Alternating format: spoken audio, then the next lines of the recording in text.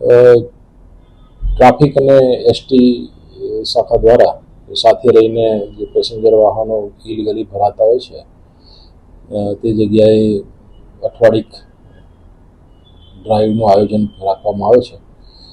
ગયા વીકમાં 30 તારીખે એસટીના અધિકારીઓ સાથે રાખીને ટ્રાફિક બ્રાન્ચે એક ડ્રાઈવનું આયોજન કરેલું, જેમાં 2 PSI અને 10 કર્મચારીઓ જોડાયેલા. અને આ ડ્રાઈવ દરમિયાન 30 જેટલા વાહનો ડિટેન કરી અને તેઓને RTO મેમો આપીને કાયદેસરની કાર્યવાહી હાથ ધરવામાં આવેલી. જે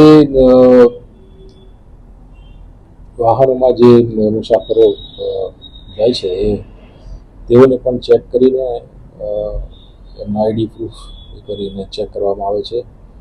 ડ્રાઈવરોના પણ ડ્રાઇવિંગ લાઇસન્સને તે દિવસે અમે ચેક કરેલા હતા અને આ રીતે આ ડ્રાઈવનું આયોજન અમે કરેલું હતું. અને આવી જ રીતે દર વીકલી અમે એક દિવસ આના ડ્રાઈવનું આયોજન કરતા હોઈએ છીએ.